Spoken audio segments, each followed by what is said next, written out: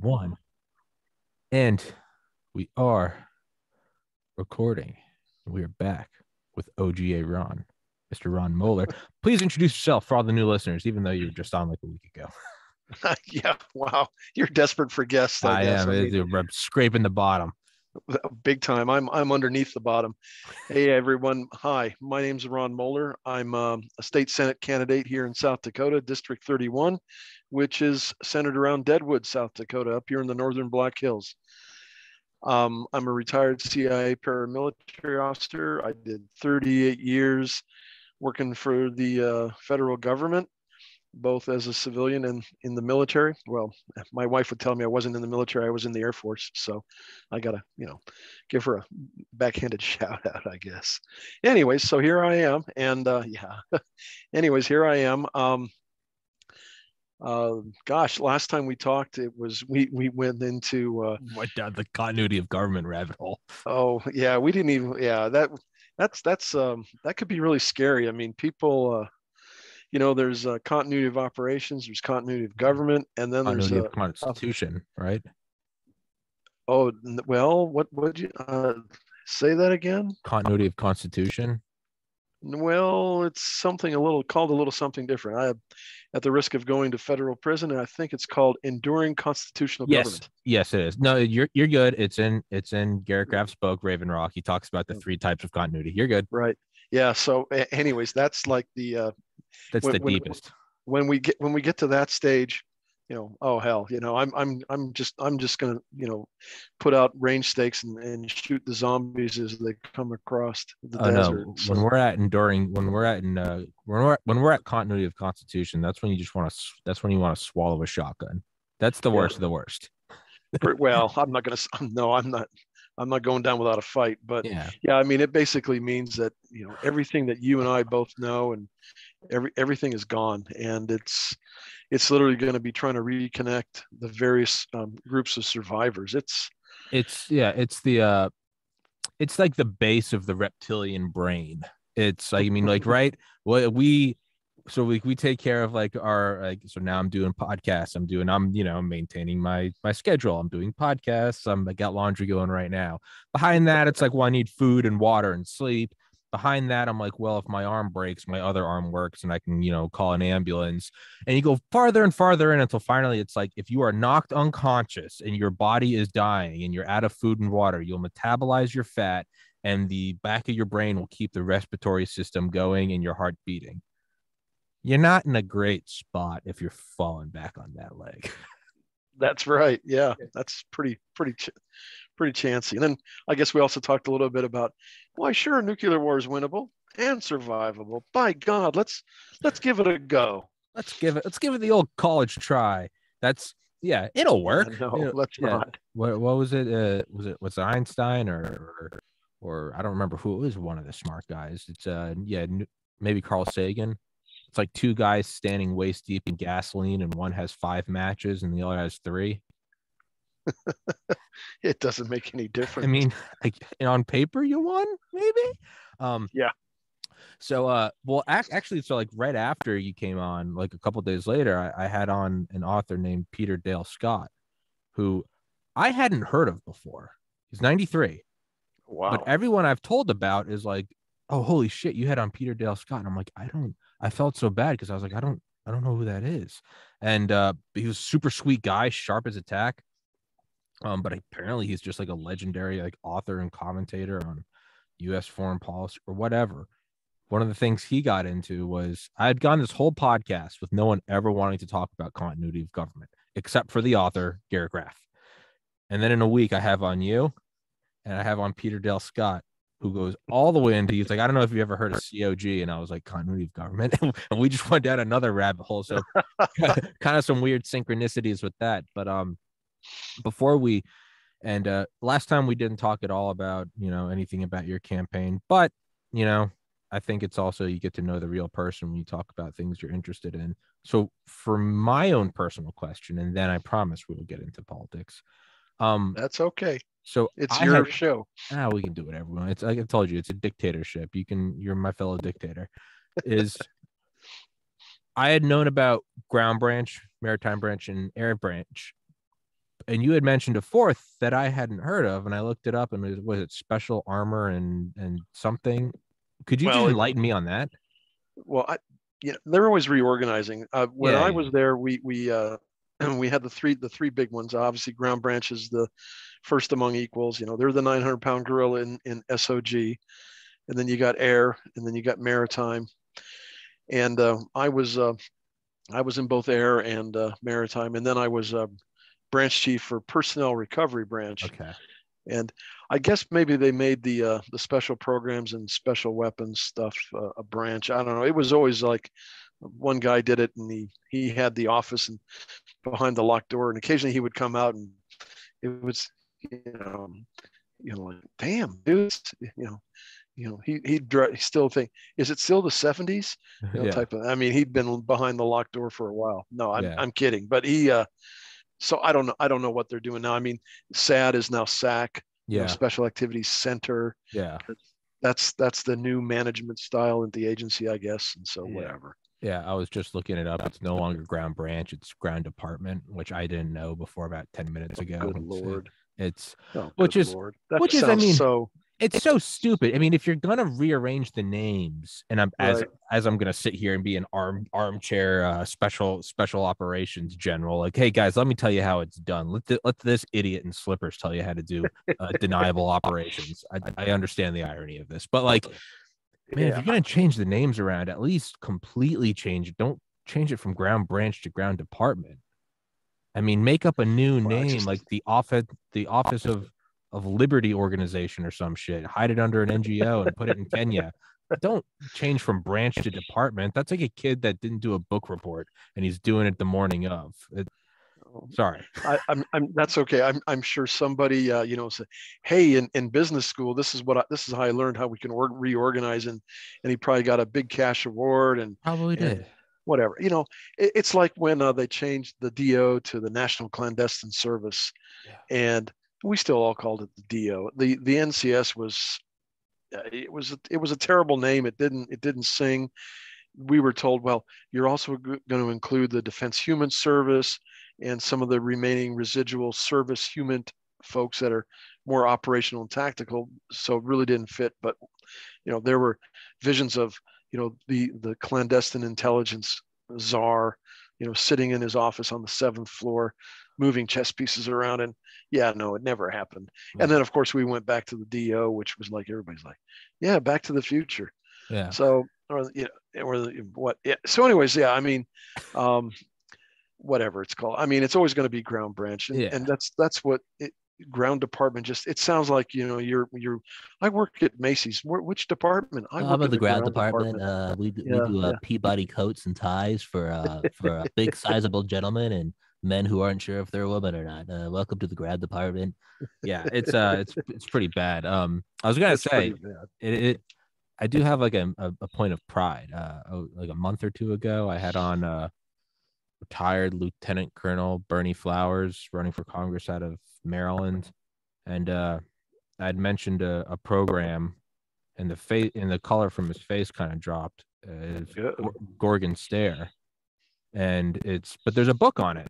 There's a book I read a couple of years ago during the pandemic on Audible. Like, it was a free book too. And he was like, where? And so he was like, oh, and I was like, oh, he was like, yeah, no comment. And I thought it was just kind of funny when I said continuity of Constitution. he kind of, Well, there's the thing. I mean, even though it's out there. I'm still trying to figure out how you read an Audible book, but never mind Helen Keller. That's okay. hey, I Um, am Helen Keller so 2.0. you said it. No, but I mean, even though, you know, John Smith writes a book and talks about, we'll pick on Gorgon Stare, everything like that. Well, that's all well and good. Your guest and others, sorry, we're not authorized to talk about it. We're not Fair. authorized to confirm tonight. So I think that's Gotcha. where we're at on that. So it's that's why we can talk about war stories. There I was knee deep in hand grenade pins and flatbread, Yeah. and chai tea in the middle of the village. Yeah. But yeah, it's No, I got you. so it's not like we don't want to comment on it, but like You we really said don't want to something go that to you jail can't. either. Yeah. Yeah, it's Right. like So, yeah, it's like I've had on and, Dale, and I know you weren't playing gotcha with him or no, anything like that, because no. Well, because an so idiot like me, I'm like, I pulled it off on my phone. I'm like, no, it's an audiobook. Like, I was like, yeah, there's no gotcha here. Like, um, yeah, but yeah, no, I've had on Dale Comstock and Joe Tedeye, and they were both in Ground Branch, but like they legally can't say on like a show that they were in Ground Branch, and they've told me they're like it's literally just that. Like I'm just not, I technically am not allowed to say it, and well, it's I got a like plaque on my wall from Air Branch. It's going to be a little hard to deny it. I don't know, I have no idea. And I got a plaque from my guys when I was chief of personnel recovery. Yeah, It's like yeah, yeah. You get like a it's on party it's on hat. my brag wall. Yeah, Yeah, it's you have a big sombrero and it says Black Ops on it. Like, it's congratulations on not doing that. And it's like, what are we doing here? But yep. though, so I promised that we would shift from continuity of government and nuclear targeting and special activities division to actual relatable politics that you are going about. What is on your immediate future? What is on your immediate mind, aside from not the whole campaign trail? Like, we're going to go out and we're going to yeah, sure. Yeah. What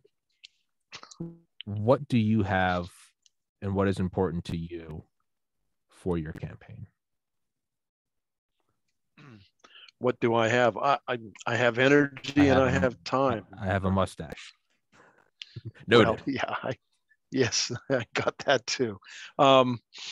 The Yeah, I tell people I bring a fresh perspective, I some fresh energy to the thing.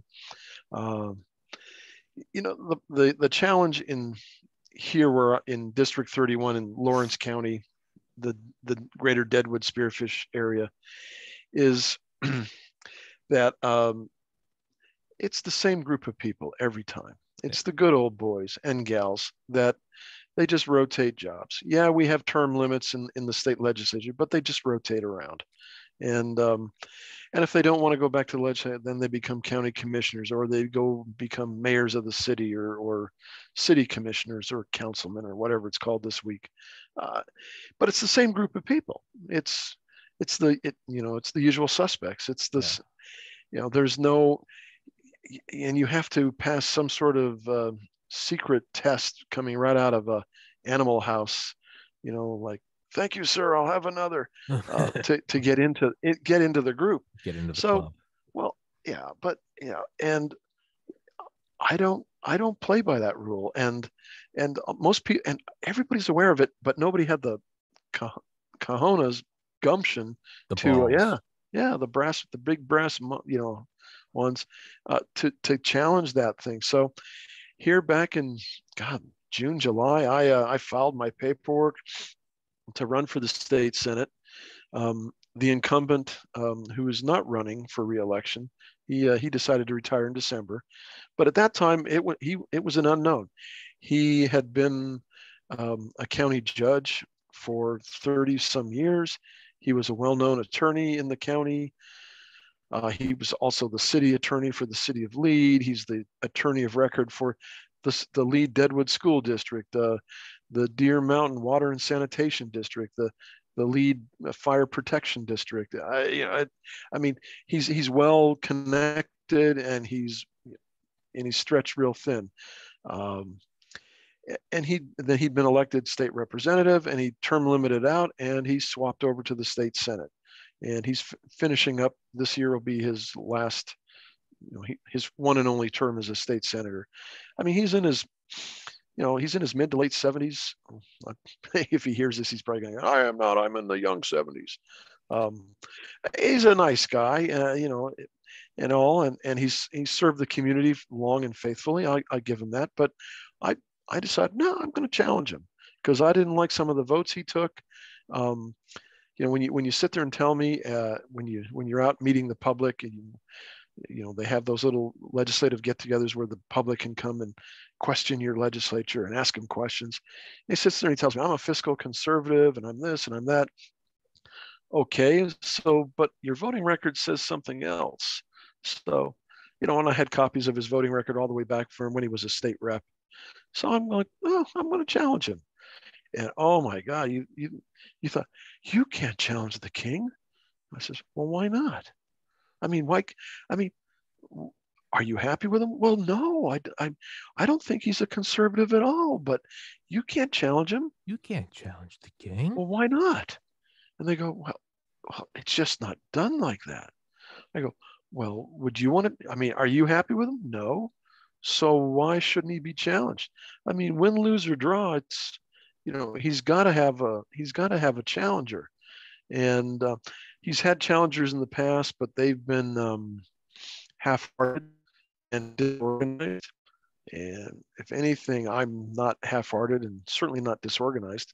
Although, if you saw me this morning trying to fill out my financial statement before the primary, it was like, where's that receipt? No. So, but no, I got it all done. It's all squared away in it, and I'm good. The Secretary of State already approved it, and said, yeah, good. Now it's a matter of public record. It's on the internet and everything.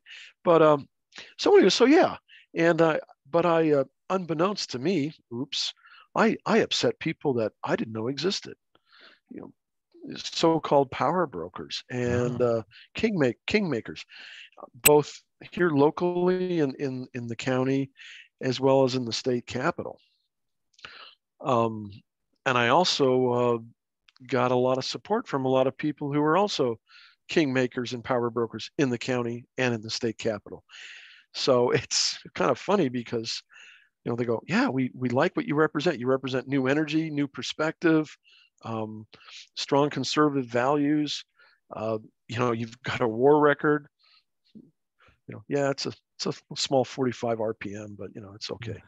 God, come on now. Sorry. No, don't. That's strike one. No, I'm not. That's pun one. Everybody gets 3. Oh, okay, good. I didn't know what the rules were. 3 for life, though. 3 for life. Oh well. So you use them carefully. You can run. Yes, you can be a regular guest on the podcast, or you can be sent to the guillotine.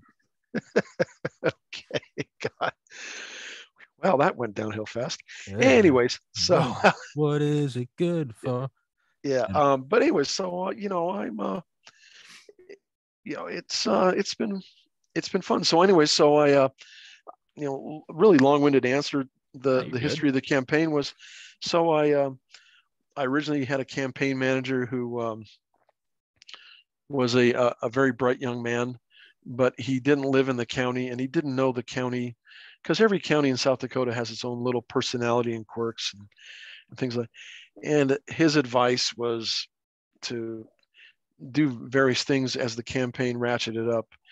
And there were things that no, we're not going to do that. And so eventually we just decided to part ways, which was probably best. And it's all good. I mean, I don't bear him any animus, and I don't think he bears me any animus, but he wanted to do things like robocalls. And I don't think anybody out there likes robocalls because they're annoying and they're stupid. And the juice ain't worth the squeeze for the expense. Oh. And which, speaking of expense, hey, for those folks who listened the last time and donated money to my campaign, thank you very much. Every little dollar helped and helps and continues to help. Oh, yeah. And anyway, so I spent so basically July through December honing my pitch, because you come in and you're all full of fire and brimstone and you want to change the world, and you're by God, I'm going to go down to Arizona and I'm going to build the wall all by myself, or I'm going to fix everything. I'm going to change the world. Well, not so fast there. And so you start honing your message. You start improving your public speaking skills, because you're not giving a military or an intelligence briefing. You're talking to real people that have real questions, and some of them aren't very polite about it. Yeah. And you have to, I can't be snarky. I can't be sarcastic with them. Because I don't. There's no 3 strikes and you're out. There's one strike and you're out on the campaign trail. So it's as one person said, it's been a learning experience, and because the thing I noticed quite rapidly in that from June through December is there's a real strong draw to lose yourself. what was the original reason you were running? Why were you running? What motivated you? You know, and as I said, I wanted to make a difference. I wanted to change. I didn't appreciate the way the incumbent was voting and representing the county. Maybe I didn't understand the county as well as I thought I did then, but nevertheless, that was my motivation. And I'm an America First guy, and South Dakota first. So yeah. So, but you tend to lose that. Well, you got to modify your position. Yeah. And let me tell you, you get a ton of advice. In fact, the unit of measurement, I think, is a butt ton of advice, and it's all free, and it's all well intentioned. But no, I'm not going to, because if I start taking everybody's advice, I'm not doing me. Yeah. And go ahead. I was gonna say that's there's a lot of similarities in my limited experience, but with this podcast, in terms of like, don't forget why you started, and it's not just don't become disillusioned, stare into the abyss or gaze into the abyss and the abyss gazes back. That's definitely part of it, but it's also like when I first started this, people are like, oh, you got to find you're all over the place. You're interviewing a guy that operates Navy radar, and then a sci-fi author, and then a female power lifter, and then a back and forth. And but you got to find a niche. And I'm like, well, I don't want to find a niche. I just want to talk to people. Tommy, you swear too much. I'm like, well, that's how I talk. You can't take bathroom breaks. My niche breaks. is my curiosity. Yeah. You can't take bathroom breaks. I mean, your niche is your curiosity. Yeah. Yeah. And yeah, your niches, you created your own niche. You didn't have to like, okay, gee, look at this. I guess I'll be another military intelligence podcaster. And that's what I mean, though. You can't swing a dead cat on the internet without hitting about 6 of them. So yeah, and the thing is like now I am who I am, but there is so much. I say pressure. It's not. It's people. It's suggesting. It's not like I'm trying to like it was impossible. No, it wasn't. There's people that told me something. I said fuck off. But it's they're like when I first started interviewing like Dale, they're like you should really become like a Delta Force centric podcast. I'm like there's only so much there. And there's only so much I want to talk about. Like there's, I'll talk to him. I'll talk to you about Special Activities Division. I'm going to hit a wall where eventually I want to talk about, I don't know, Chinese trawlers and are they overfishing in Taiwan or something? You got to bounce around and people, you got to do this. And you're not talking on topics. You should have talking points so that people can scroll to the different aspects of the video. You got to have visuals. Stop taking bathroom breaks. You're too verbose. You get jacked up. You start yelling and screaming. You use slurs. You do this. You do that. Why aren't you doing this? You don't have an intro. You don't have an animation. You should have a little jingle that says, welcome to Tommy's pod. And I'm like, I will blow my brains out if I do that. The first podcast I ever listened to was December 2011. Was Joe Rogan. All I knew was that he was the Fear Factor guy. Right. And I remember I listened to it because I was like, here's this tatted up dude smoking pot.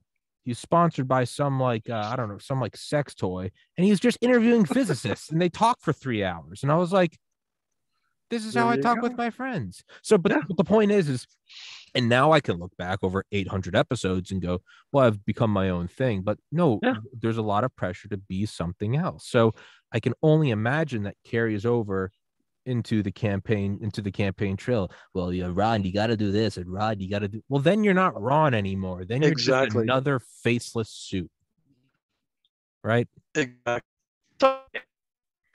And honing and trying to and fighting back to remain true to myself, and it's and I looked at I don't joke. I say Joe Kent is my political spirit animal, because I mean he is so true to what he says, and there's no deviation and no compromise and no retreat from his original positions. And in fact, he's just gotten stronger and more articulate and more laser focused on these things, and it's impressive. And so I go, all right, hey Ron, what lessons can you take from this? Joe's obviously he's got national and international issues, and he's got a really idiotic congresswoman that he's going to trounce all over the place. But what can we do? So of course in December, then the incumbent decides to retire, and everybody's like, yeah. Well, then I get an opponent who's a sitting county commissioner, which is good and bad. It's good that because he has a record, and he's got to defend a record. And unfortunately, most people don't know of the record because nobody really cares. It's the county commission. Who cares? But you start educating people. They go, he did what? He voted for what? Yeah, it's a matter of record. And you have the proof. You got the copy of the minutes and things like that. I mean, he's been a county commissioner for 6 years, so there's a record. And it's bad because now I got to spend a lot of money to win. But that's okay. On the positive, but there's a lot of positives. So there's no Democrat running in the primary. So our primaries are general election, because whoever wins the primary, him or I mean, the general election in November is, it's a foregone conclusion, because there's no independents that filed or anything like that. So unless the winner drops dead or something like that, you're guaranteed to win. Which is, You're good. Sorry about that. No, you're good. Yeah, just throw it. Yeah. Throw my new cell phone. Yeah. I was gonna say there's a similarity.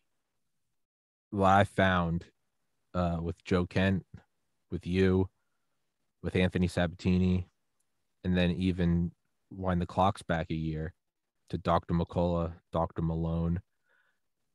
What I've found in my limited experience is that the people who are true to who they are easier to get in touch with, because they don't need to worry about, is this gotcha? Is this? Am I gonna, are they gonna bring up that? They'll just come on and tell you, because again, it's like I think it's Winnie the Pooh. That quote is you don't need to remember anything if you just tell the truth. I don't need to be anything. I don't need, who am I talking to? Ron. Okay.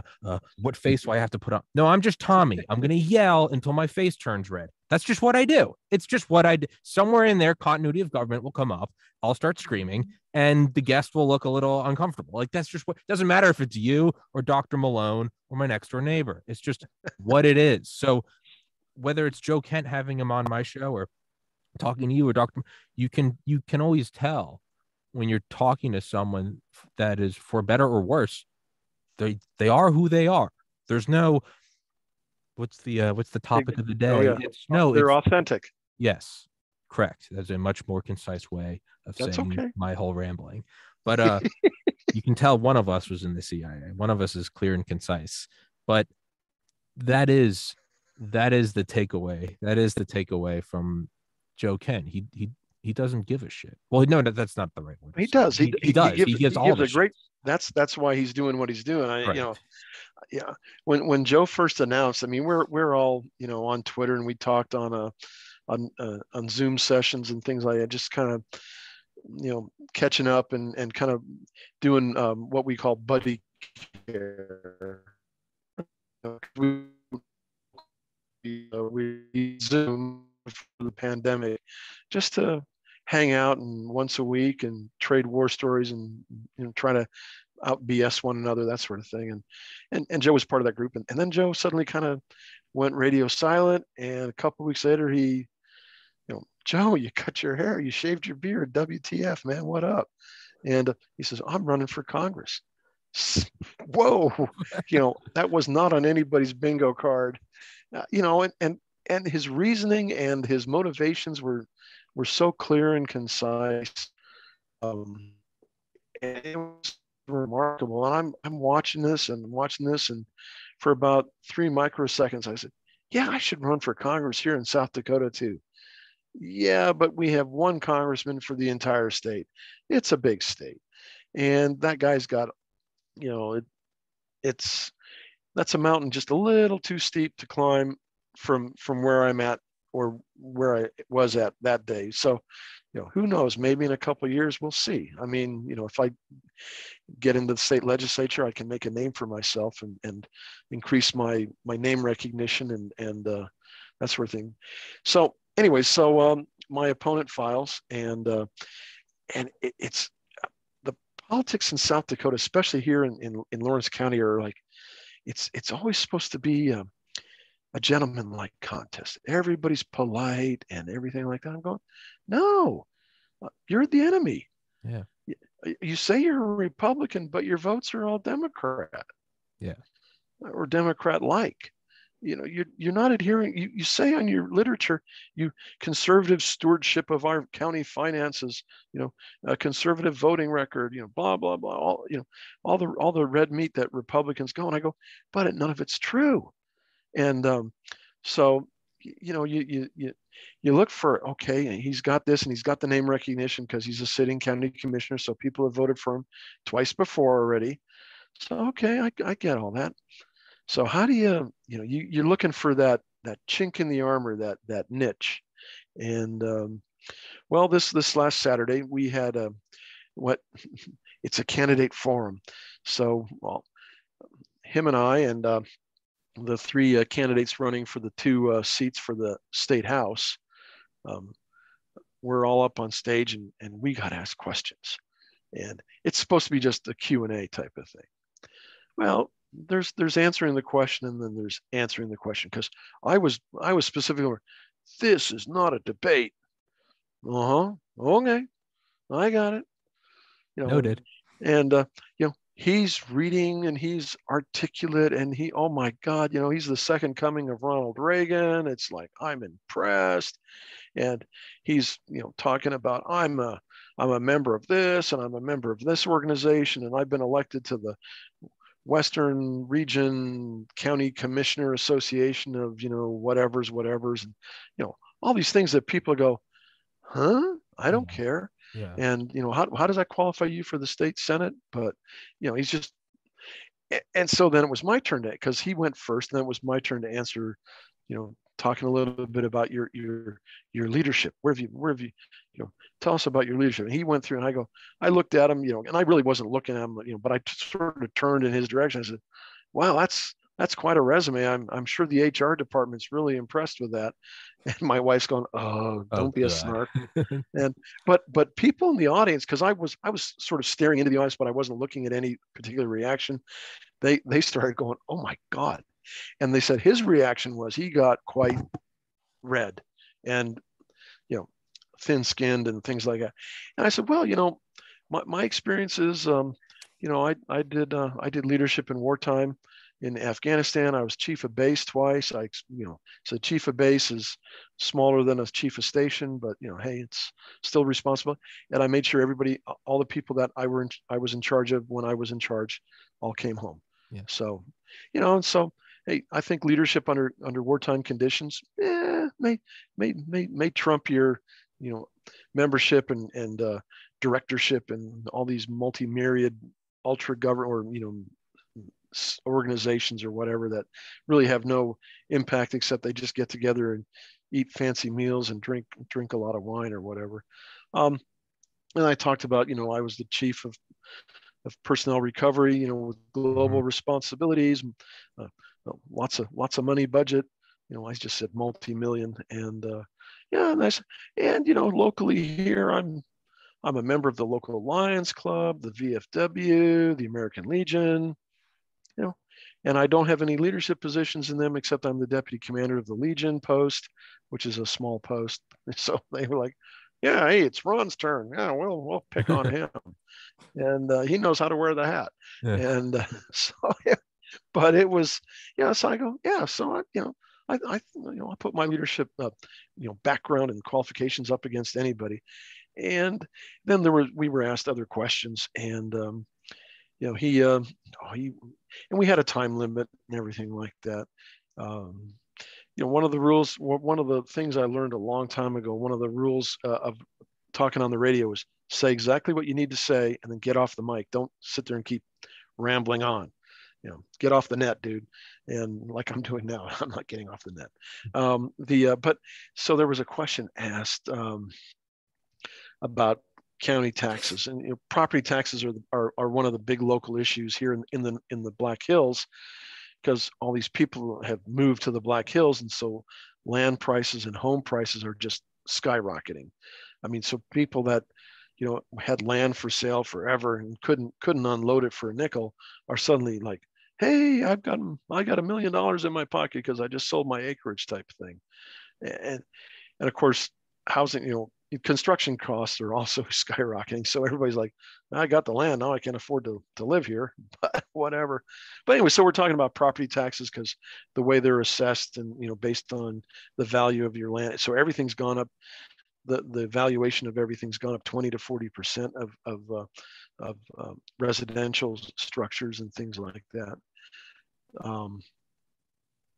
So he's talking about this and that, he's whipping out a lot of statistics and facts and figures, and whether they're right or not, I really don't care, because I'm looking at the audience and their eyes are glazing over. They don't care either. They just want to know, hey, I'm not paying, a super rise in my property taxes because in about 2 years, I can't afford to live in my house that I've lived in for some of these people. They're living in the same house they grew up in. Jeez. And that their parents, grew up in. So they're going like, yeah, no, I can't, and then where am I going to go? Type thing. This is where I was born and raised. This is where I want to live. So, and he talked about a proposal to increase the sales tax here by half a percentage point. So he finishes his answer, and then it's my turn. I go, well, and I sort of turn again. I said, well, what my opponent fails to mention, he sort of glossed it over. And no, he didn't he did gloss it over, is he's in favor of raising our sales tax by half a percent point. And for the life of me, I just don't understand how a Republican, especially in these times of high inflation and rising prices everywhere, can be in favor of raising taxes. He claims that, well, look at the 3 million tourists that come to Deadwood. That extra money that they spend, all that money will go into our coffers and we'll be able to afford everything. I said, but he fails to tell you is that there's no special dispensation like, oh, you guys are local residents, you don't have to pay that. Oh no, we're all going to have to pay that. And I guess he went as red as a tomato type thing. So I'm like, people came up to me afterwards and said, yeah, you won that. I mean, you won not the debate, but the forum between him and I. And there was other questions that he waffled on. And this is all about being true to yourself and being true to who you are. And goes back to why are you running? Are you really a conservative, Ron? Are you really that? Or are you just looking to get into politics and whatever? There was a question asked about recreational marijuana. It's going to be voted on again, probably in November. Who knows?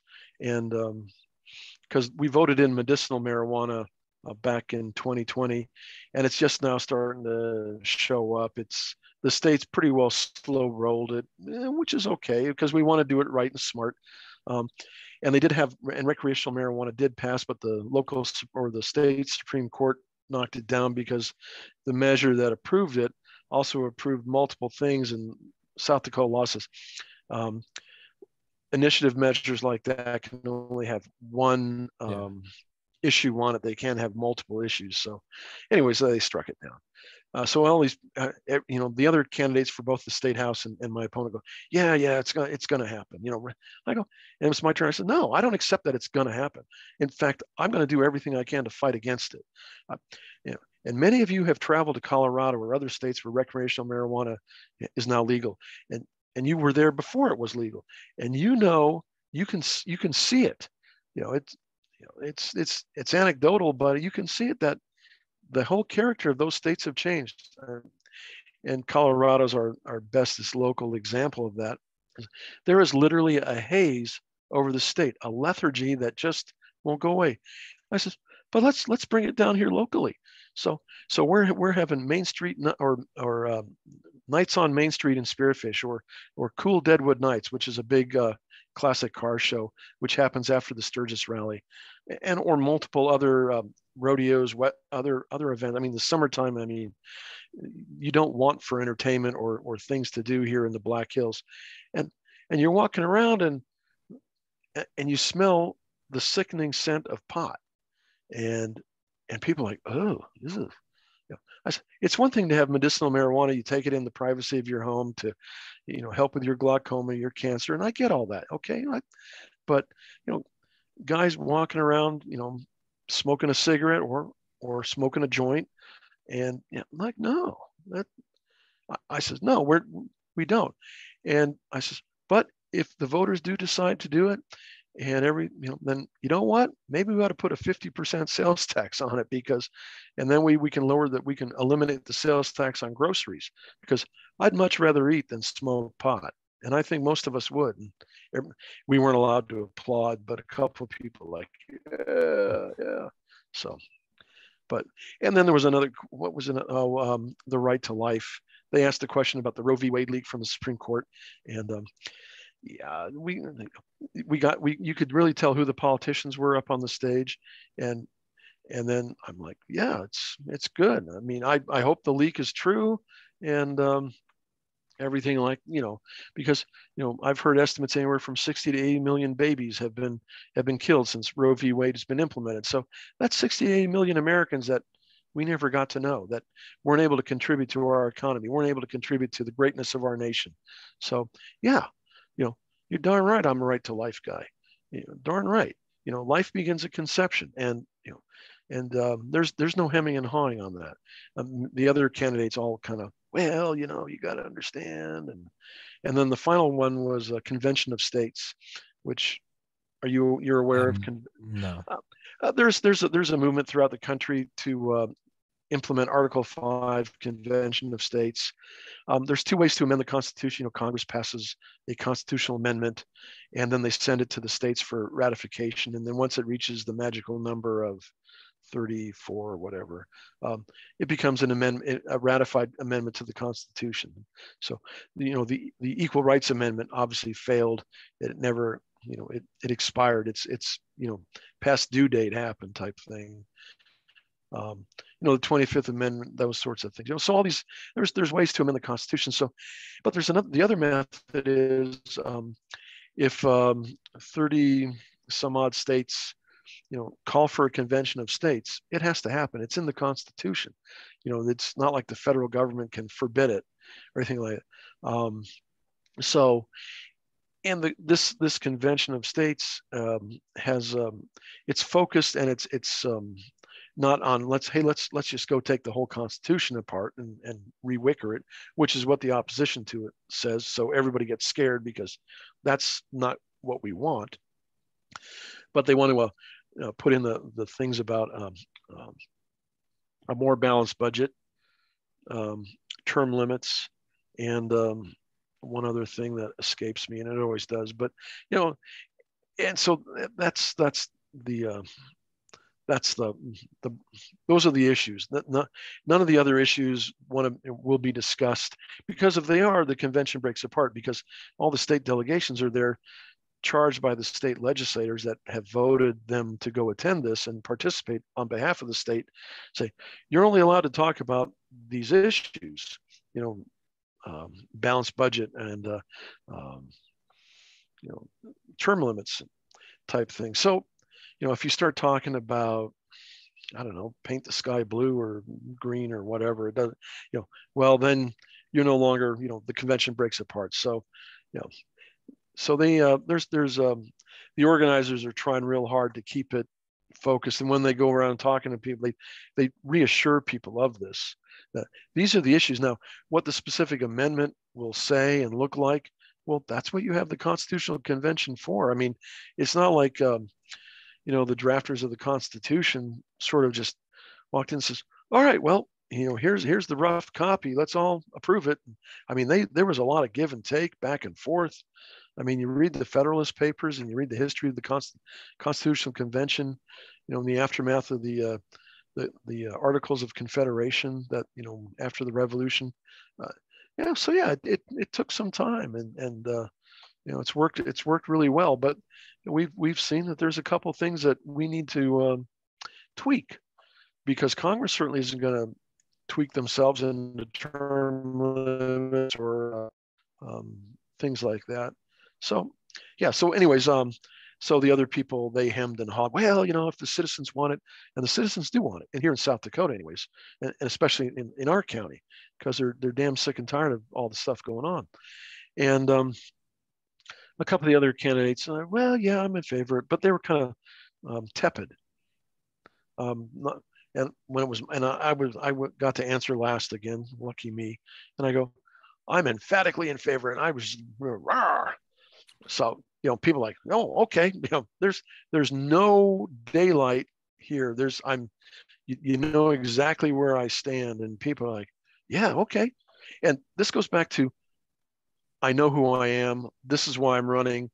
And I'm really comfortable in my own skin. And God, it felt good to express myself instead of bobbing and weaving. And, as you go checking the air, which way is the wind blowing? Gosh, there's Sally in the audience. I don't want to upset her because I know she's in favor of X. Oh, wait, there's Bill and he's in favor of Y. Oh my God, what do I do? Well, maybe if I bob and weave and I do that great Olympic slalom course, I can make it through. And no, I'm just like, I don't care if Bill and Sally aren't happy. You know what? Because there's a whole bunch of other people that are going, yeah, there's a guy. I may not always agree with him, but by God, I know where he stands, and he's a fighter. And that was the other thing I communicated to them. I'm a fighter. I mean, I know how to work with people, but I'm not going to roll over and play Tickle Me Elmo either. It's like, I'm going to fight. So we have another one tomorrow, which ought to be a lot of fun. It'll be a very liberal audience, and they've already sent us the questions ahead of time. I'm like, are you kidding me? I'm like, it's going to be great. I'm just like, okay, fine, whatever. You ask your question. Go ahead. No, but no. It's one day. No one's here to listen to me. They're here to listen to you. It does make sense though, because I've found that in the podcast. It's like very early on, you kind of had to make the decision of like, am I going to bob and weave, or am I just going to be who I am? Because you absolutely cannot get 100% of people's approval 100% of the time. Mm-hmm. And that doesn't, and the flawed thinking is, okay, well, you just got to make sure you get the majority of people's approval. No, very simply being yourself, even people that disagree with you will at least respect the fact that they know who you are. They'd be like, I don't like him. He's a piece of shit. But I mean, at least he's honest. Like, it's like you know who he is. Like, that guy's a total pig, but I know he's a pig. He's not putting on the sheep's clothing. And that's exactly what not that Joe's a pig, but that's exactly what Joe can. There's absolutely Joe's going to watch this and rescind his endorsement of you. No, he like, won't. No, he won't. You guys call me a pig. We're like, that's why Joe's oink, oink, my good Kent, sir. Like, yeah, no, it's no, I get Joe's not a pig, but that's exactly, Joe is, you look at some of the videos he posts, Joe tells it like it is, and people respond to that. And like I said, he's my spirit animal, and he's my inspiration for that. And so, yeah, I'm going like, I can dig this, there's a certain, I don't know, it's going to sound really weird, but there's a calmness that comes over you when you're really true to who you are. Authentic. Exactly. It's total peace.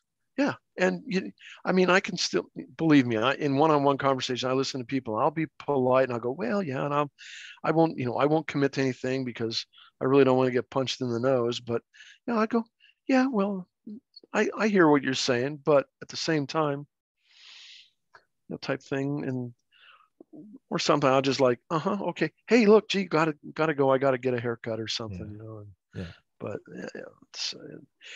yeah. So anyways, so local politics here, interesting. So we have the normal Republican Party structure. You got a state party and things. Every county has its own party chair, and so we have all that, and you participate, and your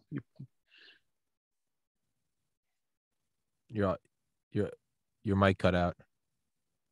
I can't hear you. I'll monologue. Mr. Moeller's microphone cut out. I can't hear him. Well, I can just pause recording real quick. We have a shadow government. Yeah. But we have what I call euphemistically a shadow government or shadow Republican Party structure here in the county. I was going to say, do you know how perfectly that fit in? Because I paused recording, and as soon as you're like, Tommy, there's a shadow government. Tommy, there's a shadow government on the far side of the moon. Yeah. Fort Meade's blocking in. So, but yeah, it's so and it's the good old boys. It's the people who used to be in power and still want to determine who gets elected to office, and people see that though, but they didn't know how to articulate that, because they see it's the same old candidates. Just, well, let's see. Last week I ran for dog catcher. This week I'll run for ice cream vendor or whatever. And they just, it's the same personalities. It's the same people. They just run for different jobs, and then some of them just they'll sit back in the shadows and they'll go, yeah, I think this week or this month or this election season we'll pick Tommy. Tommy's our guy. And oh wait, Ron's running. Nah, we're gonna do everything we can to. If we can't discourage him, we'll trash him. Oh, okay. Yeah. And so we'll see. I mean, it's interesting because people respond well to the truth, and because they already know it. I mean, they can sense it. Especially the people that have lived here a long time. They go, why is it this? I said, well, I'm not one of them. I mean, I'm fighting for you guys. I'm fighting for y'all. Yeah. And so yeah, it's been tough. And people are, wow, how's the race going? I go, well, it's not like I hired Gallup to do a poll or anything like that. Yeah. But you get a sense that I don't know. I mean, some people tell me I'm gonna have the floor is gonna get waxed with my behind, and other people say it's a toss up, and other people say, people are really tired of this, and you're gonna win. So I'm like, I take all that. And I go, I think I'll just keep working hard until election day, and exactly, and do my best. It's the peace that it is the peace that comes over when you just decide to be who you are, because it's like peace in more ways than one. One, you're not at odds with yourself. You're not trying to bob and weave. You're Right. not trying to remember what face you have to wear. And then it's also you go, oh, and if they don't like it, then that's not what the people wanted. And then that's cool, because I don't want to have to be a leader that everybody hates, and now I'd be a ruler. I don't want a part of that. So there's this it's just all just be yourself. If the guy and the girl don't get along, they just go, oh, we wouldn't even be happy together. Cool. Thank God we are ourselves. Otherwise, it all clashes. So there is a total peace. Like I was taking practice tests for the MCAT, the medical college admissions test, for like 9 months before I took it in summer 2013. And I've been prepping to get into medical school for 4 years. That's all I did. That was my life and soul. And wow, it's all I did. And I practiced and I studied and I did research, and I was shadowing doctors and volunteering at hospitals and getting letters of recommendation and extracurriculars and blah, blah, blah, blah, blah, blah, blah. And I kind of started to realize in like the last 6 months of college that I didn't think I wanted to be a physician. And once I finally wrestled with that and came to peace with that, I came to peace with it like a week before I took the MCAT. And I had never scored higher on practice tests than the 60th percentile, which is enough to maybe scrape into a bottom tier school. Once I had come to terms with oh, I'm not sure I want to do this. It wasn't just because normally you go into tests, you're like, all right, just relax and do your best. But you can't relax because the fact that you're saying to yourself you have to relax means you're not relaxed. When I actually went into the real test and was genuinely I don't care. I don't care. I'm not sure I want to do this. I scored in the 95th 0.6 percentile nationally because I did. And the funny thing is I got in and I turned down the acceptance because I decided I don't want to go. But it was total peace. And when you came to just being completely authentic, it didn't matter. It didn't matter if I got in or didn't get in. I didn't care. And I did get in. And I was like, oh, cool. But there is peace in it. And you do better than you ever could fake by just being authentic. And it's total peace with yourself. It starts as you start running for office and it turns into an existential evolution. You're like, oh, I don't give a shit about this. You're like, I'm okay. And then ironically enough, it's when you hit those moments of I don't care that all of a sudden all the doors open and you're like, well, this is just a cosmic joke, but yeah. So Well, I mean, I care, but I don't. I mean, like, I won't. I'll be sad. I mean, like, gosh, I would have liked to have won, but the people spoke. I guess I didn't do a good enough job. I didn't work hard enough. Whatever. But hey, c'est la vie, and life goes on, and whatever. But yeah, it's But yeah, I mean, But people also sense. I mean, I'm not. I'm not overcompensating by running, and I'm not the politician in the race. I'm as people go, are you another one of them politicians? I go, no, I want to be a public servant. You want a politician? Go hang out with my opponent, because he's the prototypical politician. Slapping backs, shaking hands. I mean, I can do all that too, but yeah, I mean, and people expect a little of that, but but then also it's just there's a certain attitude, the way you present yourself and the way you talk to people, and you're honest with people. You look them in the eye, and you give them your full attention, type thing, and it's important. You listen to people, and people respond to that, instead of just walking the room and shaking hands, slapping a few backs. Yeah, hey, good to see you. What's my name again? And so it's tough. But I'll tell you this: a couple of things. My opponent, and if he listens to this, good on him. Is he's never had a real race before, so he's working hard, and well, good for him. And we'll see what happens. So I think got 2.5 weeks. This is Tommy talking, not Ron Moeller or Joe Kent. Man, if I were running for office, I would just put out it wouldn't be like slander. It would just be kind of like a very open statement. I'd be like, I've never visited Epstein's Island, and just kind of leave it open ended. Even if I know damn well my opponent hasn't either, I'll make that. I'll just make that statement. I'll be like, I'm personally against it. Well, him and I are, I think we're within a year of each other in age now, and I think the Geneva Conventions are good. I don't know about my opponent. Just if you're really open ended, really take a page out of Trump's book. Just really like puppies. In a way, I do.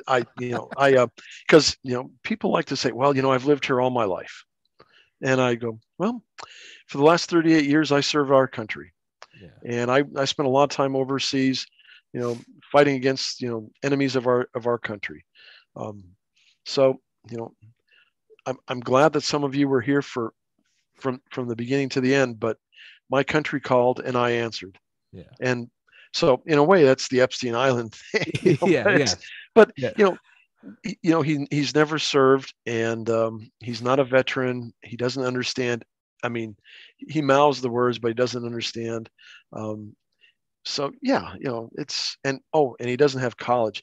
So one of the other questions was about Black Hills State University, which is the local big school here in Lawrence County. It's one of 7 state-run schools in South Dakota, universities.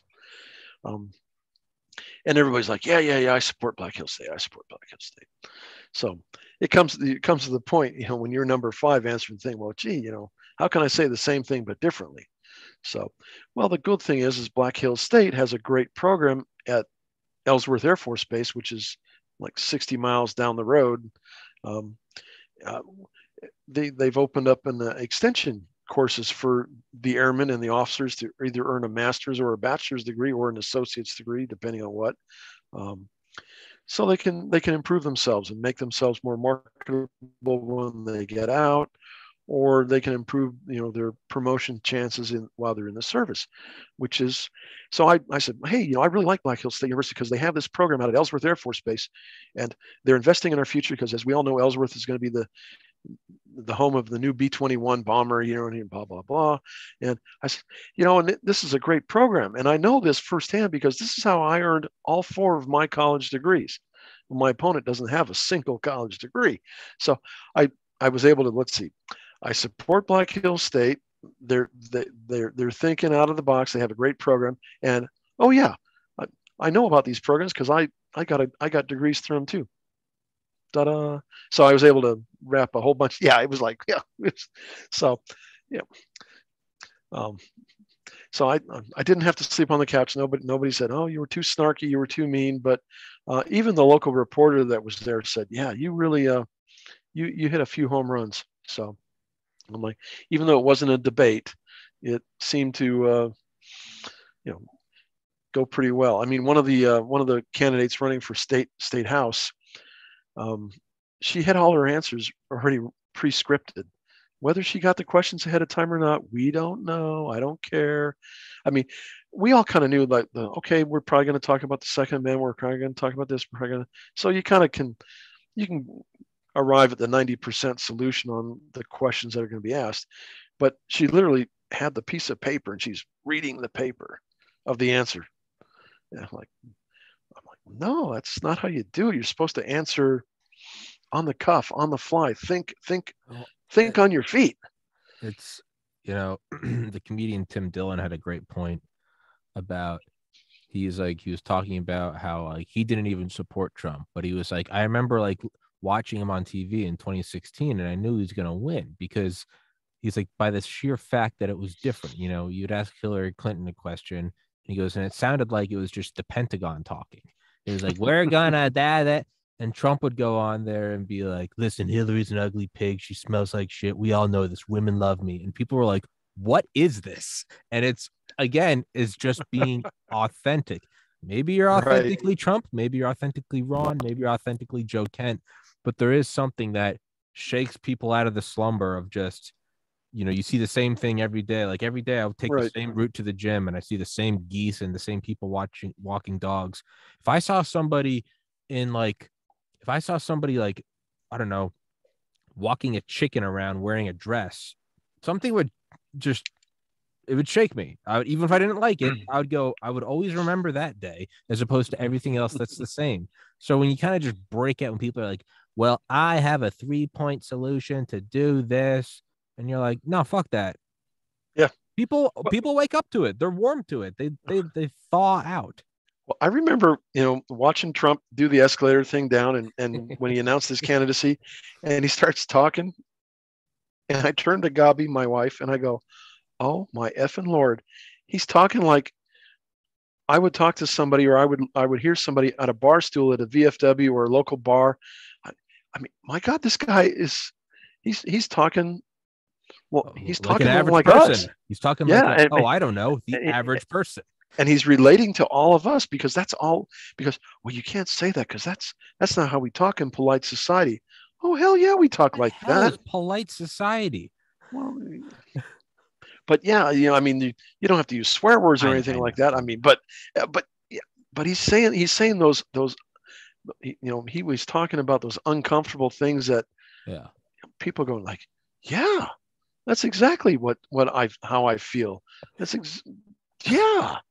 And so shortly thereafter, my wife and I went full-time RVing for a short bit, right during the election season. Whew.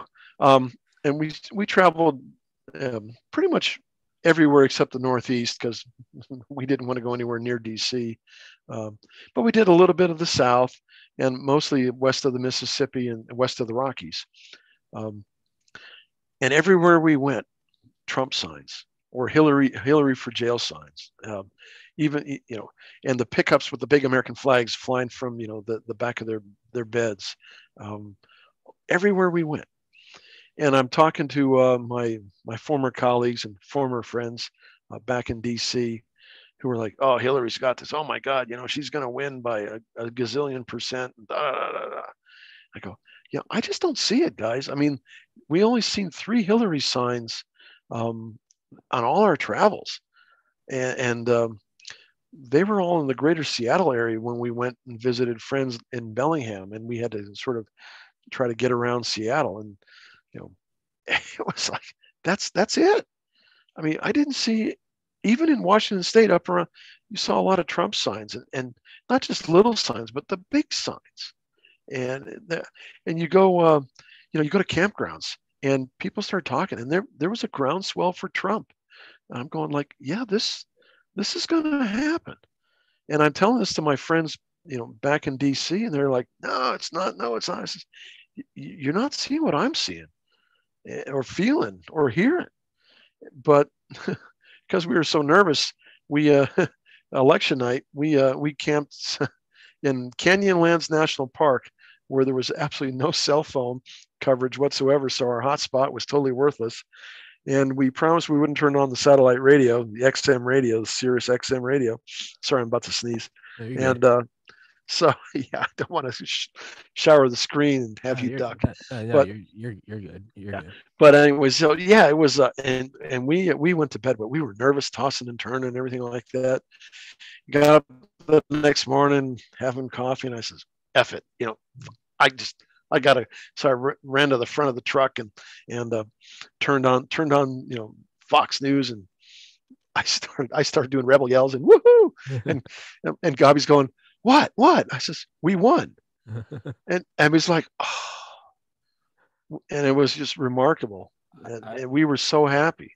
I remember, I think the first time because during the 2016 election was like probably like the lowest point of my life. It was like 2 years after my brother took his life. I was in like I was facing pretty terrible suicidal ideation. Really, my life had gone off the rails. I was doing a bunch of drugs. I'd moved home with my parents at age 26. Like, was not in a good spot. So I didn't care at all. But I remember visiting like my aunt's house in New Jersey, and my cousin was there. He's a couple years younger than me. And he's like, she kind of said as a joke, he's like, have you checked out Donald Trump? And I was like, nah, he's supposed to be like a Nazi or something. And he was like, oh, he goes, I just think it's funny. I don't even care. And I was like, show me.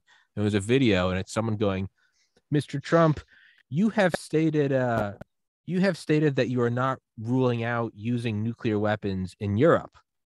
What do you say about that? And he goes, well, why do we have them if we're not going to use them? And it was just the idea of like someone saying like, maybe we do use them. And that just like, I laughed so hard that I couldn't stop watching.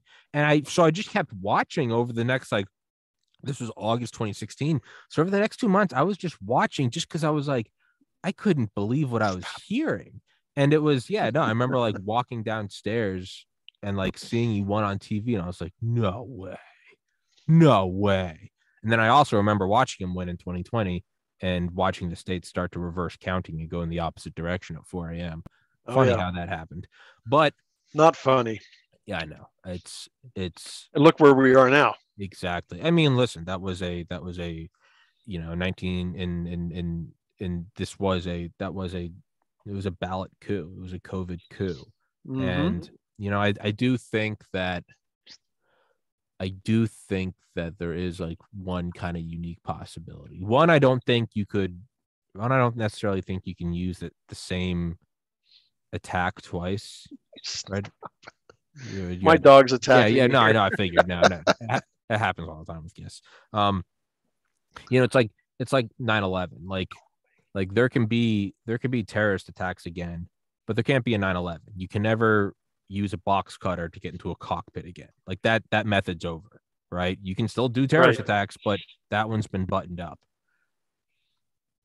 I'm not saying they won't go for it, but I mean, you used the COVID, you used the riots, you used the Orange Man bad, you use the mail-in ballots. Oh, there's a water main break. It all froze.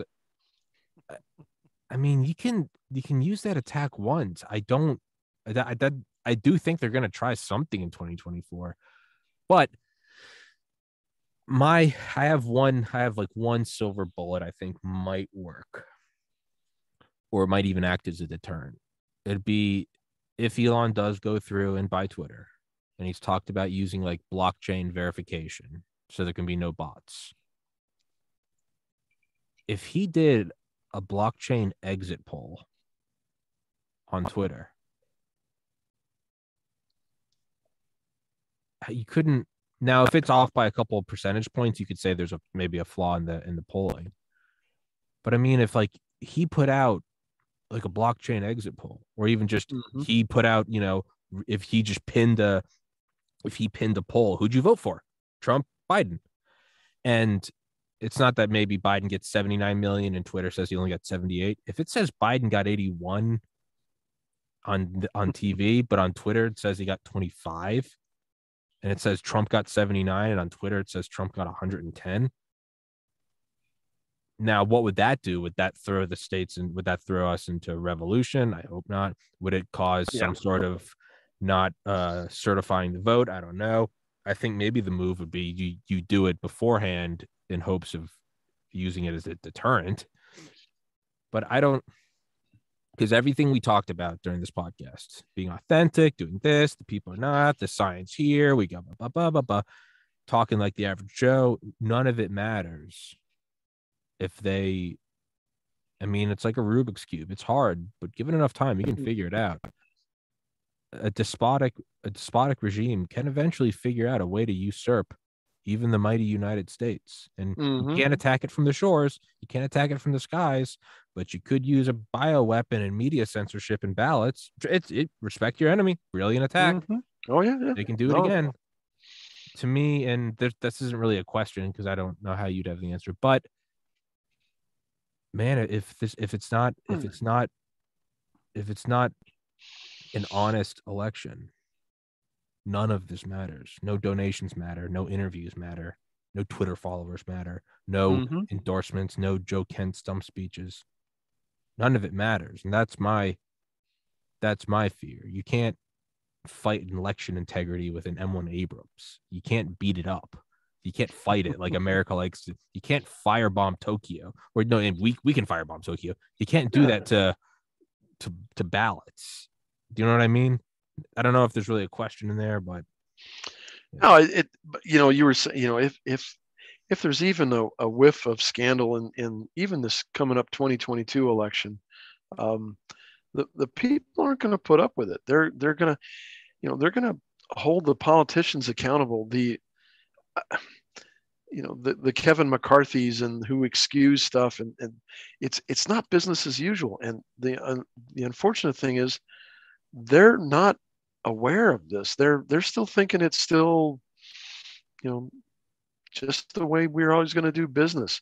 I mean, you got Sabatini, you got Joe Kent coming up. I mean, you got people that are going to come in there and they're going to really shake the place up. I mean, they better, otherwise, gosh, then people really will lose heart. And I don't think that Joe or Anthony would do that for anything. But there's enough people now that, like the Andrew McCarthys and the Mitch McConnells, they're, yeah, guys, you can think that when all these freshmen show up and they're all like, oh, we're going to do this. Yeah, we're going to be able to put them in the box. And, you guys don't understand. I mean, even here locally, I've already had that conversation with a sitting state senator who kind of came up to me. And he's a short guy and he kind of reaches up and puts his arm around me. He says, so when you get to the state Senate there in January, who's going to kind of show you around the ropes, and who's going to, take you around and show you how things work? I'm like, I'm guessing you're offering, but my eyes and ears and working feet. Yeah. So I was just like, well, thanks. Let's take it one step at a time. Can I win my primary first? And things, I'm kind of putting him off, going like, yeah, dude, don't worry about it. I think I can make alliances and figure this out on my own. But and if I fail, well, then I fail because I'm too independent and too forthright and too authentic. Yes, it's Tommy. You really got to edit it like this. And I've been looking at some other podcasts, and you really want to. I would rather be burned alive than have an intro with an animation. And welcome to Tommy's podcast. We're coming at you live with Mr. Ron Moeller running for office. How about that politics? Oh my God, feed me to alligators. Well, I've been on a couple of podcasts that have that, and it's whatever. I mean, they're not bad. Every host has. Yeah, I got it. No, it's I appreciate you just jump right into it. It's none of that, like patty cake stuff. Let's just jump right into it. Let's jump right into continuity of government and the austerity of nuclear war. It's really shake them up. That's how you would just shake them up. Okay, we have Mr. Ron Moeller here. Now, if you were hit with two 50 megaton, 3-stage thermonuclear cobalt salted warheads, what chances do I have? People, it wakes you up. They go, wait, what? You guys aren't talking about critical race theory? I'm like, when the warhead is shielded by tungsten and it's coming in at Mach 23, what could I as an American do to make a difference? Like, well, you can at least start singing the Star Spangled Banner. And maybe you'll get through say a prayer, and I don't know, maybe you'll finish the sign of the cross before you're vaporized into a cloud of ions. So. Right.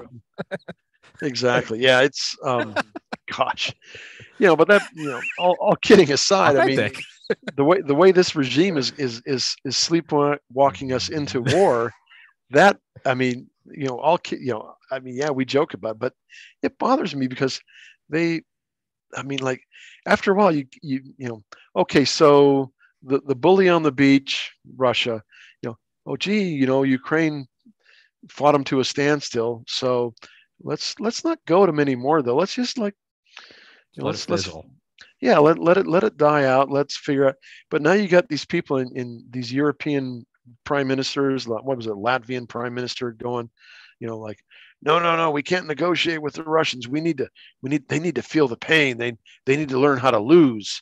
I'm going like, yeah, I mean, I'm going like, sure, Latvia, you hide behind Article 5 of the NATO Charter, and like as soon as Russia comes rolling across your indefensible borders, hey, United States, come help. Yeah. Like, yeah, no, I'm sorry. You stop bearding the lion. Stop kicking sand at the bully. Yeah. No, it ain't worth it. And what bothers me is that the people, switching subject here totally, is that the regime in the regime in Washington, I don't call it the administration because they're a regime, is they think, oh, this will be an easy war. Gosh, look at how the Russians did against the Ukrainians. And we're the United States. By God, we got the U.S. Army. We got the 82nd Airborne. We got the U.S. Marine Corps. By God, we can do it all. And if the Russians even try to think, we'll be in Moscow by Christmas, type thing. And I'm going like, hey, aren't you the same group of people that couldn't even do a competent NEO out of Kabul and figure out who you were drone striking? It was a terrorist. No, wait, it was an aid worker and his family. Oops. But we're expected to believe you guys are going to lead us to victory over Russia? Yeah, no, thank you. I mean, you guys all needed to be fired, months ago, years ago. You can't provide literal baby formula, but we're going to take on. And it's not that, I don't think it's incompetence. I think it's engineered. It's deliberate. It's exactly. It's deliberate. I mean, our congressman here in South Dakota, he voted for the $40 billion aid package to Ukraine. And he got up Saturday. I attended a Republican function, and he gave a Republican red meat speech. We're Republicans. We're going to do this. We're going to do that when we take back the House. You're not going to do anything because you don't know how to govern. You're afraid of your own shadow. You voted against Trump's border wall. You voted against his what was it, Article 230 in the authorization, National Defense Authorization Act to rein in tech companies. Section 230, yeah. Section 230, thank you. Yeah. And he voted for the Ukraine aid package, and but he claims, I'm a conservative Republican, I'm looking out for you. Well, so he's wandering around afterwards. After the speeches, people are hobnobbing and what all. And he doesn't want to talk to me because I've held his feet to the fire on Ukraine and a few other things, and he don't like talking to Ron because Ron makes him look like an idiot. Yeah. But it's not a long journey for him. Yeah. So, but he's talking to a constituent, and a constituent's asking him, so explain to me why you voted for the $40 billion for Ukraine. And he does that Bill Clinton thing with the fist and the thumb. I hate that shit. I know you. Yeah. And he goes, well, you just don't understand. Now, I'm not a politician, but I know that you don't win any votes by telling a voter that you don't understand. I mean, that's not how you start the conversation. You just don't understand.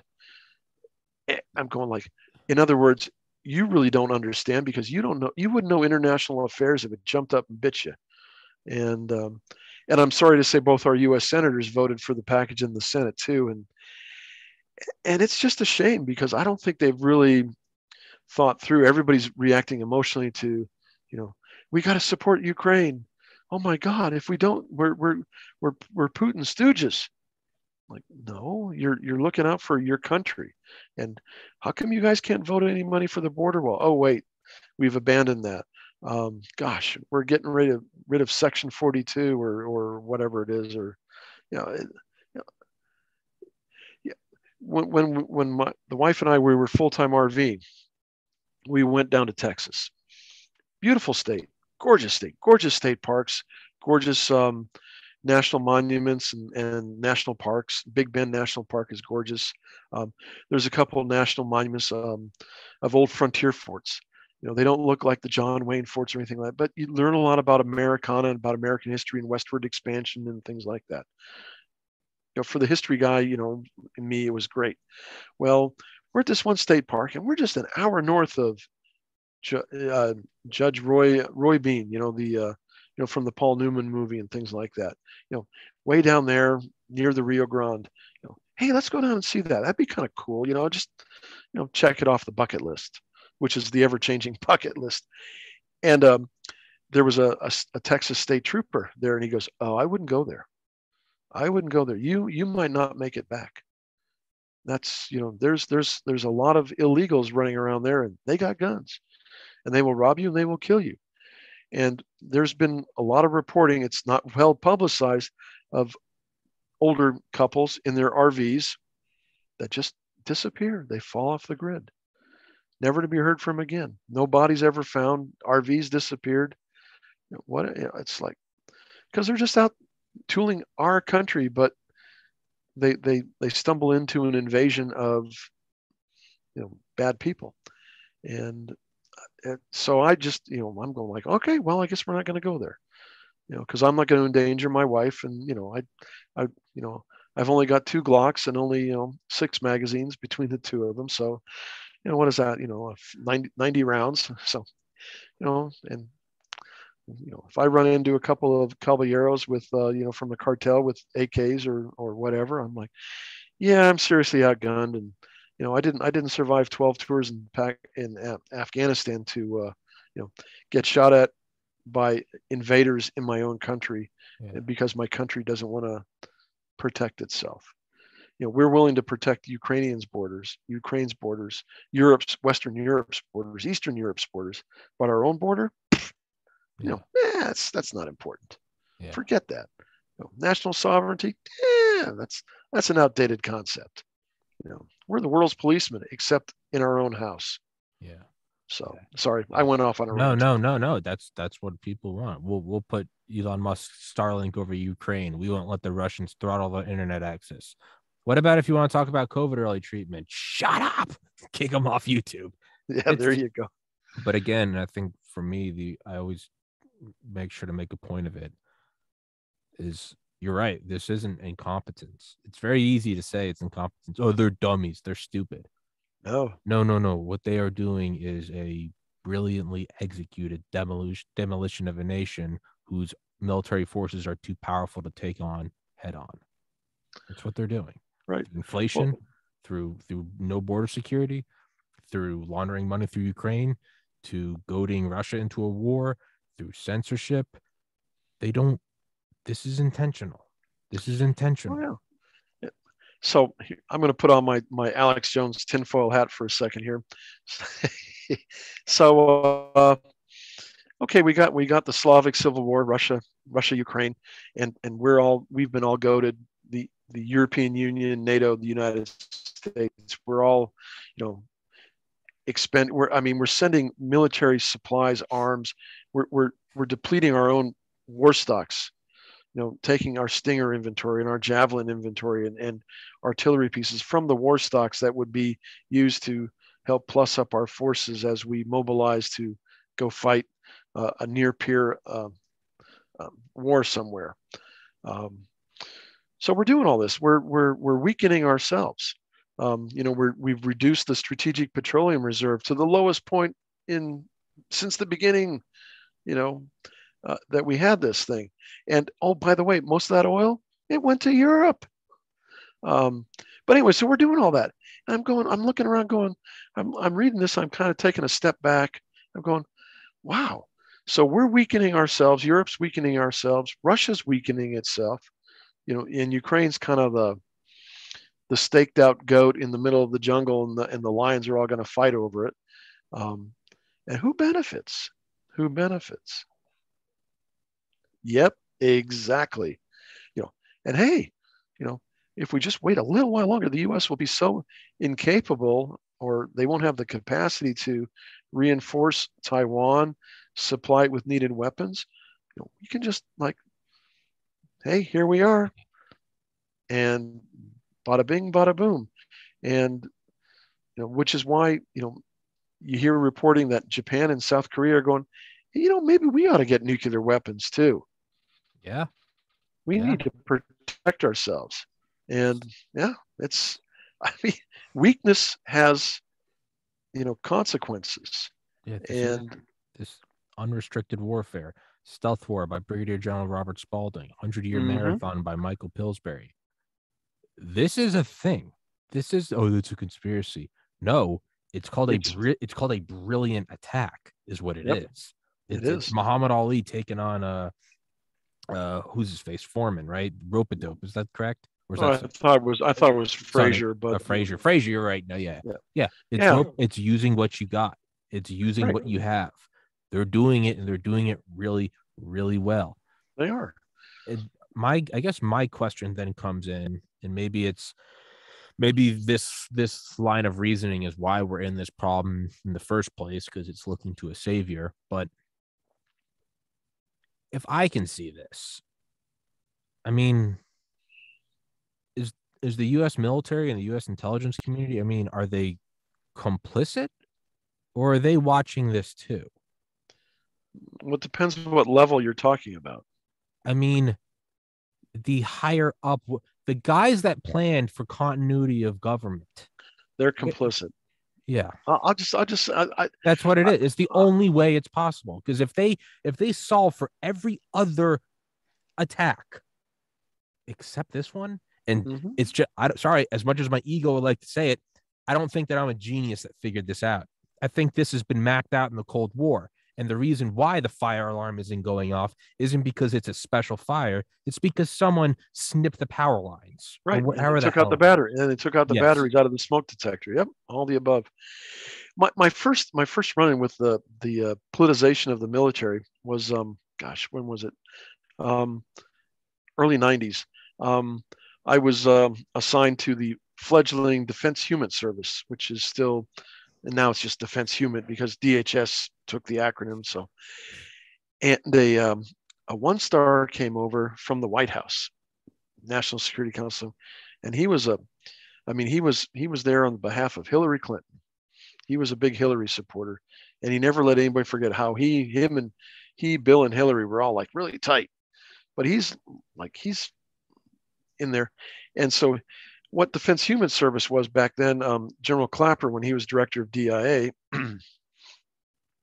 he got rid of the service strategic human capabilities. The Army had a very robust, very capable strategic human capacity to support the U.S. Army, because the agency couldn't, because they were interested more in political intelligence, not so much military intelligence. So the Army has always had that program, or used to have.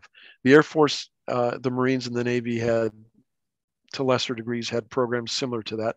We all got trained at the farm and things like that. So it was all, we all had the same training. We just, some of us had CIA on our business card, and some of us had U.S. Army and what all. But anyway, so all that went away, and we all got kludged together at Clarendon, Virginia, above the Clarendon Metro stop, in Defense Human Service. And he came in to make sure that we were totally emasculated Because also got merged in with us was the defense attaché system, the overt collectors. And that's all he focused on was that, because that's, gentlemen don't read other gentlemen's mail type of thing. And we basically, for almost 2 years, all those military case officers and operations were totally shut down. Sources dried up. They weren't met, so they just went away. They go, oh, Ron's never coming to see me again. So, hey, I'll go off and do my own thing, and destroy my clandestine communication if I had one. And yeah, and I don't even know that they've ever recovered. I mean, because I got recruited into the agency shortly thereafter, and it was, when I met these guys in Afghanistan, of course, they puff out their chest. They're talking about, but what they ended up doing is they're more tactical collectors. They're not at the strategic level anymore. So they were, yeah. So we, so I saw that, that this general, he came over and he made sure he carried out an agenda to destroy that little niche, that capability that we had.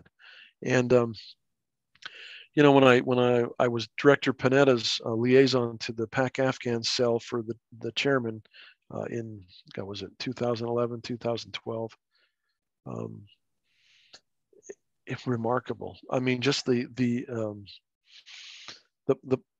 politicization of the generals and admirals and the colonels who wanted to be generals and admirals and Navy captains was astounding.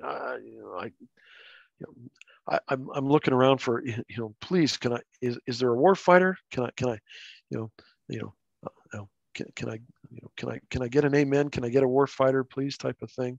And yeah, didn't see many. I think I saw out of all of them one, and he's still serving to this day, and I have a lot of respect for him. But I wonder. I haven't talked to him in a few years. I wonder how much he's had to suppress some of his stronger opinions about stuff in order to get promoted and to get the commands that he has and things like that. So yeah, so to answer your question, yeah, I think somewhere at the junior level, yeah, the people like, yeah, we see it, but as they, like, hey, young lieutenant, captain, you want to get promoted?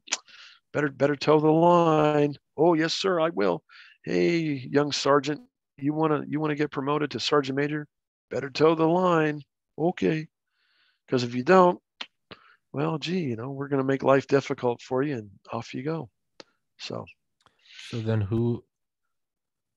how did it, what was its genesis then at the highest levels? I mean, would it have to have been put in place by Joint Chiefs? I mean, this seems like something that's been decades in the making. It's just, or is it just the natural concentration of power, and America is no more immune to it than China or ancient Egypt?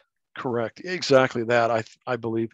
There's a story in Gates's autobiography after he left SecDef, and he talked about the Army Brigadier General promotion list that came across his desk to, he would approve it and then send it to the president for his ominous thing. And but he looked at it and he goes, like, where are all my war fighters on this list? And it was all the politically correct, the colonels that had all kissed the right ass and shaken the right hands and everything. But he wanted war fighters. He wanted people that had served time in Iraq and Afghanistan and had, chewed dirt and shot guns and, had to plan, tactical operations, that sort of thing. So he sent the list back and said no. And by the way, I want to see the following officers on the list or something. I mean, it's in Gates's book, and it was, I mean, he tried to correct it, and so he succeeded for that one promotion cycle. But I mean, we've seen, just a terrible lethargy of the way the promotions run. And then we see it when as these generals and admirals are like getting called to task, getting court-martialed for behavior unbecoming, relieved of command, that sort of thing. Why? Because we've promoted the wrong people. And oh, by the way, we have more admirals and generals now than we had in World War II. And that's, I don't know, I don't get that. It doesn't make any sense. It generals aren't that special anymore. Admirals aren't that special anymore. The services are always looking for extra billets, and it's always a big competition for, if so and so loses a billet, then I have to gain that billet or something like that. It's remarkably inept and inane and stupid, and but it's the way they all play it, and I mean, it's been going on for a long time. I mean, I think it started initially a little bit in Korea in the 50s, and it just kept growing as the military industrial complex grew, and none of us listened to Eisenhower's warning. Kennedy tried to put it in the box a little bit. He put LeMay in the box during the Cuban Missile Crisis, because I think if it had been anybody of weaker character, who had not served in combat like John F. Kennedy had, for all his foibles and everything like that. I mean, the Cuban Missile Crisis was a big test, and he was able to keep, because LeMay wanted just like LeMay wanted to go in and oh yeah, he wanted Cuba to be a glowing cinder, so Miami could roast marshmallows from afar. But yeah, he put it in the box. But then Johnson comes in, and we have weak generals like Westmoreland, and others, and the few generals that were fighters. Gosh, there was the one Air Force general who got relieved because he made some off-color comments about bombing the North Vietnamese or something. I don't remember. Back to the Stone Age, something like that. But he taught. I mean, he was pretty ballsy about stuff. And Creighton Abrams realized that his job was not so much to win the Vietnam War, because he was a hero from under Patton when he was a tank commander in World War II, but his job was to save the Army from what was happening in the aftermath of Vietnam and things like that. So, and then you had General Depew, who tried to or did a good job of building the new army, the volunteer army. And with the new doctrine, of course, we saw the success of that in Desert Shield, Desert Storm, and it just sort of kind of went cattywampus after that. More, I mean, every time we have a good success, the services go, well, we need 3 more general officer slots, or we need a whole bunch more of this, and we're the promotion boards, even in the agency, they when you go to the senior executive service in the agency, they're not picking, fighters or out of the box thinkers. They're picking people who, hey, I want somebody who thinks just like me. I want to perpetuate the cycle of mediocrity, and that's what we have in both the services and the intel community. So, I mean, that's why General Flynn was such a pebble in the shoe of so many people in the military intelligence community, because he was really shaking things up, and he was asking some hard questions and holding people accountable. I mean, so maybe it's my own naivety or idealism. I just always figured that something like 2020 election, like you'd have a contingency. There'd be something to. They've seemingly planned for everything. I don't know. Maybe it's my own, I can't come to terms with like the hard truth.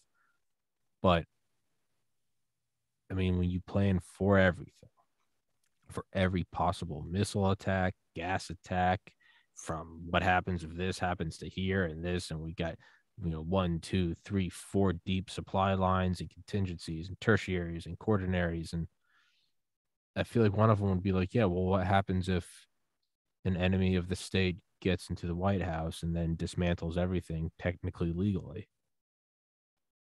I don't know. Like I don't know. I mean, now you're into the 7 days in May type of scenario, and it's and yeah. What I mean, that's the other, like, that's the brilliance of the attack of taking over the White House. Like, what if you did do it through fraud? The military, even if they were in the right to step in, they're like, this looks like a military coup. Like they can't do anything, because then the people would probably, in their minds, rightfully so, fight back and say, no, it's a civilian controlled government, even though they're fighting for the wrong, it's fighting against the cops that are coming to protect you. It's. Yeah. And I mean, when you also have the federal law enforcement agencies, the FBI compromised. Yeah. I mean, the amazing, I don't think most Americans realize how many actual federal law enforcement agencies there are. It's remarkable. I mean, you got the FBI, you got the ATF, okay, you got the DEA, the Marshal Service, the Border Patrol, but things like that. And the Federal Protective Service, which is kind of the rent-a-cop, if you will, for the they guard the buildings. But long story that I won't tell, but I got to spend 2 weeks down in Brunswick, Georgia at FLETC, the Federal Law Enforcement Training Center, which is where they train the Border Patrol, the Secret Service, all the entities. And you go into their little PX, for lack of a better word, their little, store. And, besides all the lickies and chewies and snacks and what all, they have all the mugs and jackets and patches and souvenir stuff from all the police entities that train there. The Railroad Retirement Board Police, the Supreme Court Police, the Capitol Police. Some of these we know. The U.S. Forest Service Law Enforcement Police, the BLM Police. They're not just rangers. They also have law enforcement authorities. I mean, it's remarkable. Everybody seems to have their own little police department, and it's remarkable. So it's really there's a lot of them out there. I mean, and it's funny to watch them sometimes argue over jurisdiction in the greater DC area. There's the park police that patrol the George Washington Parkway and the C&O Canal thing, stuff like, and they argue like, well, the traffic accident happened here, but the car got pushed over there. So is it DC Metro? Is it Montgomery County, Maryland? Is it Maryland State Trooper? Is it us? Is it, or, oh, wait, this car belongs to the Department of Interior. Should we call the Department of Interior police guys? It just blows your mind. And all these people have budgets, they have uniforms, they have guns, they have tactical gear. And so when people say back the blue, yeah, you might want to take that with a grain of salt. Back the blue, don't back the blue, just protect your house. Right. And make sure your sheriff in your county, wherever you're at, is a constitutional sheriff. Yeah. And he understand what that means, and make sure he understands and his deputies understand what that means, because last thing you want is a bunch of ATF people showing up in your county saying and doing this, and and the sheriff just says, oh, okay, you guys are the feds. No, you're the sheriff. This is your fiefdom. This is you rule this. And you fight for the citizens that elected you to be their county law enforcement person. It's not an appointed job, it's an elected job. Yeah. So it's important to know. Anyways, we're all over the place on this. No. This is the stuff that interests me the most. It's the stuff that's on my mind. It's, I guess, can it be unwound? I mean, what do you do when the very, metaphorical and literal deep reinforced bunkers of continuity, when those themselves are compromised, well, they're built to survive any outside force. What if the outside forces are the guys trying to restore the republic? I don't know. Maybe the optimist, maybe that's the person in me praying. Well, it took us 50 years, give or take, to get to this point. It's not going to be resolved in one election or two elections. It's going to take a long time. And I go back to I've been on a couple other podcasts, and I go, hey folks, one of the reasons I'm doing this, I mean, I could have sit back and retired, but we got to fight for our country.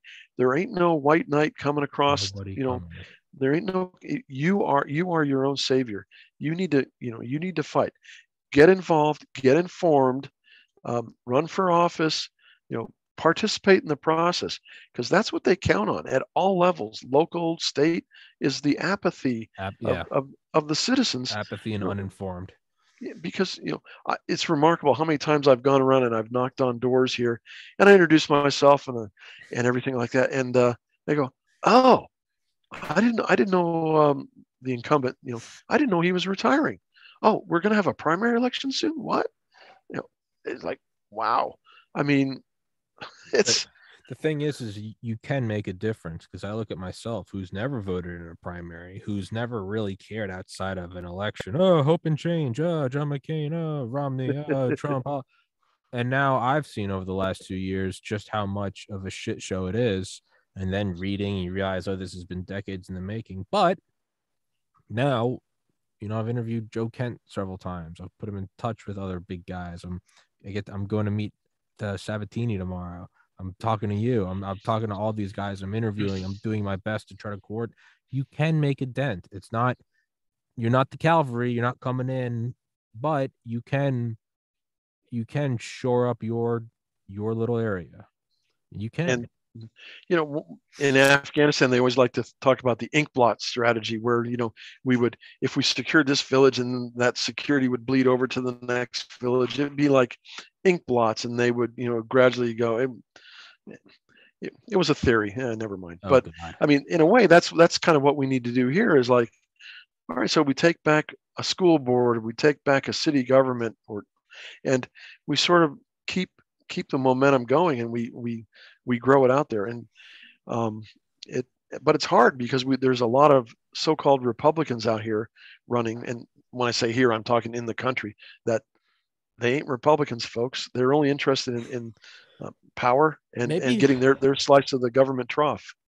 Maybe we need to start running as Democrats in name only. Yeah, no, I have too much self-respect. I couldn't. There's 819 episodes of me not being that. There's no. You can't. I can't undo it. I couldn't do that. No, I couldn't do it. I'd be nullified in a minute by my wife. You're gonna see me the next time. I'm gonna have blue hair and 9 ear piercings and a BLM shirt, and I'm gonna be like, I identify as a fox, and you're gonna be like, oh God, Tommy's putting it in action. He's running for a Democrat spot. You're gonna be like, we'll just call it. Are you Beto's younger brother? Yeah, cool. Yeah. Hell yeah, we're gonna take your AK-47s. That beta piece of shit. Jesus Christ, I hate that guy. Yep. Mr. Ron Moeller. Hey, say hey to Sabatini for me. I will. I'll harass him. Please do. I will. Tell him an endorsement to South Dakota would help, because people here are aware of him. They're aware of Joe Kent. Yeah, they're aware of the MAGA heroes out here, and anything to help me overcome my opponent would be greatly appreciated. Send me a text and remind me, and I'll make a note of it. But just in case I don't, but I will do it as soon as we get off the air. Beautiful. For now, Mr. Ron Moeller, let's wrap this one up. Another fantastic, scatterbrained. I have, as you can tell, we started and ended with nuclear bunkers. So to me, it's a good episode. I don't care about the filling. We began and ended with thermonuclear. I appreciate the time. God. That's it. Oh man. The alpha and the omega, being a supernova or being a thermonuclear warhead. I actually have interviewed a Marine that was present at the Castle Bravo test, the 15 megaton one. Yeah. Pretty cool guy. I think he's 88, 89, 15 megatons. Oh yeah. I hope he was far away. He was. He was. Oh no, it's insane. Oh yeah, no, it's insane. 15 megatons. Yeah. Lord in heaven. Yeah, I've had him on. He's a badass. But Mr. Moeller, I'll send this episode to you when it's uploaded. It'll be uploaded later tonight. And yeah, everybody, please go visit his stuff, visit his pages. You can donate to the campaign, follow him on Twitter. All those links will be in the description. Go back and watch the other episode he and I did. And yeah, man, till next time. Thank you so much, Mr. Moeller. Appreciate it. God bless. Thanks, Tommy. God bless.